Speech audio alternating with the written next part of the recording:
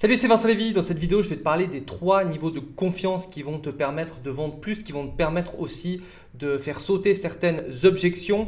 Ces 3 niveaux de confiance, on les retrouve dans la vente de pratiquement tous les produits, dans certains types de produits e-commerce ou services, c'est un peu moins présent.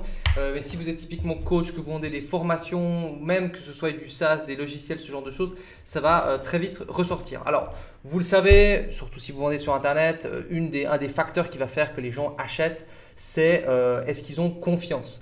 Et en fait, souvent, on pense à une chose, est-ce qu'ils ont confiance au produit? Juste ça, est-ce qu'ils ont confiance au produit? Alors évidemment, avoir confiance au produit, c'est important, mais en fait, on peut diviser cette confiance en 3 niveaux. Et très souvent, on oublie l'un des niveaux. Le premier niveau, ce sera est-ce qu'ils ont confiance en vos résultats? Donc par exemple, si vous êtes un formateur, c'est ce niveau qui est des fois pas forcément toujours utile, mais est-ce qu'ils ont confiance, on va dire, en vous ou en vos résultats? Donc si vous dites par exemple, j'ai une méthode qui permet X, Y, Z, est-ce qu'ils ont confiance en vous? Est-ce que vous avez apporté les preuves nécessaires comme quoi vous avez fait ce genre de résultat? Parce qu'aujourd'hui, il y a des problèmes dans tous les sens sur Internet. C'est facile de parler, c'est facile de dire j'ai fait ci, j'ai fait ça. Attention, ne pas apporter non plus trop de preuves. Trop de preuves peut faire aussi un peu suspect. Mais est-ce qu'ils ont confiance en vous? Est-ce que vous avez prouvé voilà, est-ce qu'ils se disent ok, lui, son système, il marche? Ça, c'est la première chose. Et elle est très importante. Donc, ok, on va dire check. Le deuxième niveau de confiance. Et celui-là, il est souvent aussi un petit peu oublié. C'est est-ce que ça marche? Ok, ça marche pour vous, ça c'est bon. Est-ce que ça marche pour les autres? Donc, est-ce que vous êtes capable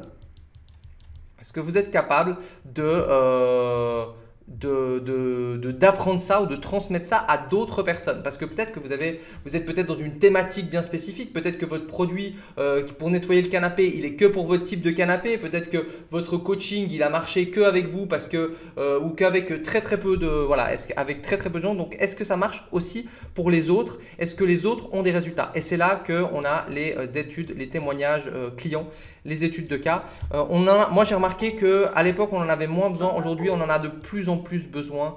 Les gens ont besoin de voir ça et pas juste un truc où on sent que c'est un peu vite fait, un peu bidon, mais plus vous allez avoir des témoignages, et souvent les gens ne mettent pas en place des machines pour récupérer des témoignages. Et même dans n'importe quel business, le restaurant qui va demander des reviews sur TripAdvisor. Il n'y a pas longtemps, j'étais dans quel business? Ils viennent d'ouvrir une vague artificielle en Suisse pour faire du surf, et il m'a demandé voilà, si tu as 2 minutes pour laisser une petite note pour notre activité. Et ça c'est important. Et évidemment, dans votre business aussi, récolter des témoignages. Il y a plein de techniques, j'en parle dans d'autres vidéos, pour récupérer des témoignages. Donc voilà les 2 niveaux de confiance. Ok, ça marche. Les autres personnes ont aussi des résultats. Et il y a un 3e niveau, et celui-là, il est très souvent ignoré, ou en tout cas, il n'est pas bien mis en avant.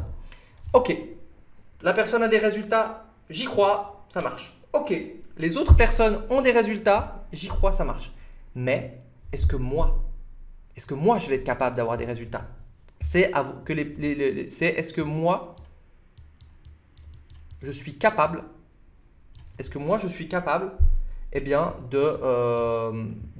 d'avoir ces résultats? Parce que vraiment, c'est quelque chose qui revient très souvent. Dans les objections, on a souvent le prix qui revient, on a des objections spécifiques aux produits, je sais pas, une formation sur des travaux en immobilier, est-ce que tel truc, est-ce que tel machin, quel prix pour tel truc, donc ça c'est spécifique aux produits. On a aussi sur le temps à passer. Est-ce qu'on a les compétences? Et les compétences, on revient sur ça, sur est-ce que moi, je vais être capable de le faire? Parce que souvent, ça c'est validé, ça c'est aussi souvent validé. Donc le vous, c'est le produit aussi. Par exemple, si vous faites du téléachat, c'est ce produit, il est super, il est machin, il est truc. Ok, le produit, j'y crois, il fait ça. Est-ce que ça marche aussi pour les autres? Et puis, est-ce que ça va marcher pour moi? Alors, le pour moi, c'est surtout aussi quand on vend des formations. Et là, eh bien, typiquement, une personne qui n'est pas forcément dans la technique, il va falloir amener des arguments comme quoi, eh bien, la technique, ce n'est pas un problème. Et puis, on va pouvoir, voilà. Est-ce que je vais être assez intelligent? Est-ce que mon produit, donc vraiment de nouveau le produit des autres. Ok, mais mon produit, vous savez, souvent les gens disent oui, mais moi c'est différent. Mon problème, il est vraiment spécifique. Et je me reconnais là-dedans parce que très souvent je dis oui, mais moi, les choses sont un peu différentes. Et j'ai l'impression que tout le monde se dit un peu, voilà, moi je suis un peu unique, moi je suis un peu différent. Et donc du coup, là, il va falloir aller amener différents arguments pour les casser, pour leur expliquer que eux aussi, c'est possible. Si par exemple ces gens-là ont échoué 3, 4, 5 fois sur ce problème-là, eh bien ils se disent ok, ouais, là ça a l'air de marcher, mais comme les anciens aussi, j'avais l'impression, ils avaient aussi des résultats, ils avaient eux des résultats, les gens, il y avait des témoignages, mais est-ce que moi ça va encore une fois merder? Et là ça va dépendre de comment vous allez traiter cette objection. Si par exemple vous dites voilà, si vous avez un cas très spécifique, n'hésitez pas à nous contacter par email. Il y a un pitch qui dit la chose suivante, qui dit voilà, ça c'est plutôt quand on fait une conférence. Je sais que dans cette conférence, il y a quelques personnes parmi les 100, 200, 300 personnes qui vont vraiment avoir des résultats absolument incroyables avec ce business. Et peut-être que c'est votre cas, peut-être que vous bloquez depuis des années, peut-être que vous avez essayé plusieurs fois avec plusieurs coachs, plusieurs machins et ça ne marche pas. Si vous sentez vraiment que ce produit peut vous aider, mais que vous avez des peurs, des craintes, des frustrations, envoyez-moi un email rapide. Je prendrai le temps de le lire, je prendrai le temps de vous répondre et de vraiment analyser si c'est fait pour vous. Ça, c'est par exemple une des objections sur lesquelles on peut répondre, sur lesquelles on va dire ok, on va rassurer sur le fait que pour vous ça va marcher. Alors évidemment le côté moi aussi, on va pouvoir sortir la garantie. Je vais faire une vidéo bientôt sur la garantie parce qu'il y a vraiment plein de choses à dire. C'est assez fascinant tout ce qu'on peut dire sur une garantie, comment on peut amener la garantie, le fait d'avoir une garantie, de ne pas avoir de garantie, les avantages de ne pas avoir de garantie, les avantages d'avoir une garantie. Et même encore aujourd'hui, je n'ai pas une règle précise pour les garanties, c'est-à-dire que ça va vraiment dépendre du produit, de ma stratégie, du type de personne, du prix, si c'est high ticket, pas high ticket, si on met de l'énergie nous avec notre team dedans ou pas. Voilà. Et donc, ces trois niveaux de confiance, ils vont ressortir sur votre copywriting. Pour les gens qui ne connaissent pas le copywriting, c'est la rédaction publicitaire, rédiger pour vendre finalement. Vous vendez au lieu d'avoir un vendeur, d'engager un vendeur, c'est des mots qui vont vendre à votre place. C'est une capacité extrêmement puissante à apprendre. Maintenant, vous n'avez peut-être pas le temps de le faire, vous n'êtes pas forcément bon là-dedans. Ça coûte de l'argent. Ça coûte de l'argent de faire appel à un copywriter, mais c'est un bon investissement, surtout quand vous avez… on peut imaginer 3 phases de lancement d'un produit. La première phase, vous faites un peu vous testez un peu votre offre avec un copywriting qui est un petit peu moyen.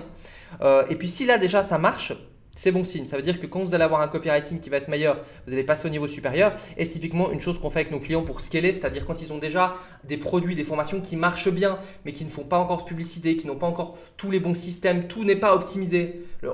Là aussi, je pourrais faire une vidéo immense sur l'optimisation du business. Chaque partie de votre business peut être optimisée. Chaque partie. Et quand on fait 1% par-ci, 3% par-là et tout ça, c'est comme ça qu'on a des grands résultats. Donc la partie d'après, c'est la scaling, optimisation et surtout la publicité. On est spécialisé dans la publicité. Donc si vous avez déjà un bon produit, vous savez que vous pouvez faire plus de ventes. Vous êtes frustré par rapport à ça parce que voilà, vous faites peut-être de l'organique. Il y a des gens qui vous découvrent par le bouche à oreille ou par d'autres manières, mais que vous n'arrivez pas avoir plus de clients, la publicité peut être un excellent moyen de toucher du monde. Et petite parenthèse, parce que j'en parlais hier avec quelqu'un, si vous avez 1000 personnes qui vous ont découvert de manière organique, qui sont venues sur votre blog, sur vos vidéos, ou 1000 personnes en publicité, il y a une réalité qu'il faut savoir, c'est que ces gens-là, ils ont entre guillemets 2 à 3 fois plus de valeur parce qu'ils vous ont découvert eux-mêmes que des gens qui voient juste une publicité. Ça, il faut le savoir. C'est pour ça que généralement, si on dit « Ah super, j'ai eu 1000 personnes, là j'ai pu avoir 1000 personnes en organique, j'ai 1000 personnes avec la publicité »,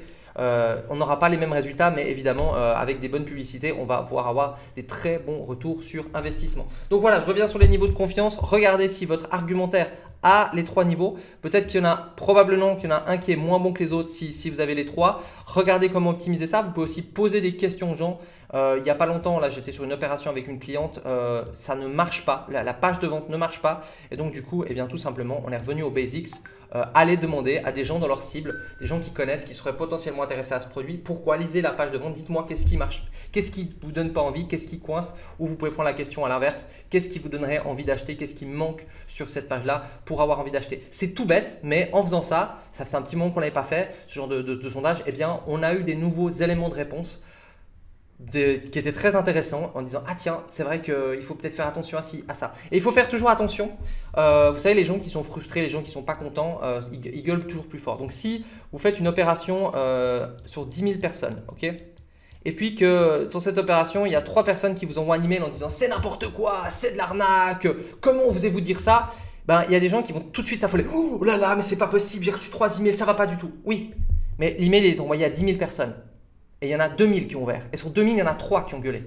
Est-ce qu'on fait ce business pour ces 3 parce qu'il y en a toujours qui ne seront pas contents, qui vont râler, ou est-ce qu'on fait le business pour les autres? Ok, donc il faut toujours mesurer. Quand on a des retours négatifs, faites attention. Est-ce que c'est juste une personne qui a le problème ou est-ce que c'est tout le monde? Voilà, donc j'ai fait plusieurs petites parenthèses là-dessus. Je ne sais pas où vous regardez cette vidéo, je vais la diffuser probablement à 2 ou 3 endroits. N'hésitez pas à vous abonner, je vais faire de plus en plus de vidéos comme ça sur les principes de marketing où il n'y a pas du blabla.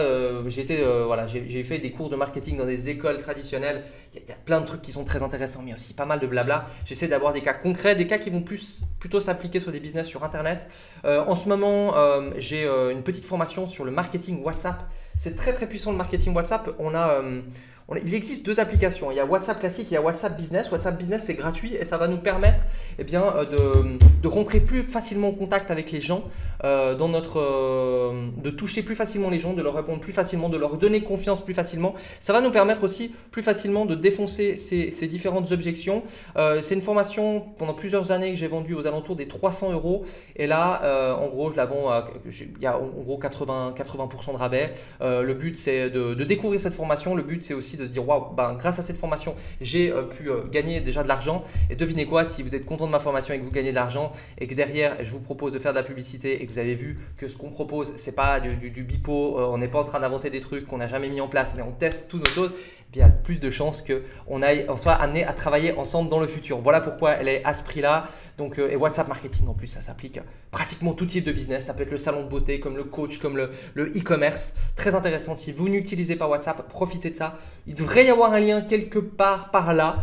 Sinon, vous contactez mon équipe. Vous allez trouver sur YouTube. Vous mettez WhatsApp Business Vincent Lévy. Ça fait depuis 2019, 2018, je crois que j'utilise le marketing WhatsApp et c'est franchement très puissant. Vous savez pourquoi? Parce qu'il n'y a personne sur WhatsApp qui fait du marketing. Donc quand il n'y a personne, eh bien on sort du lot. Je clôture cette vidéo.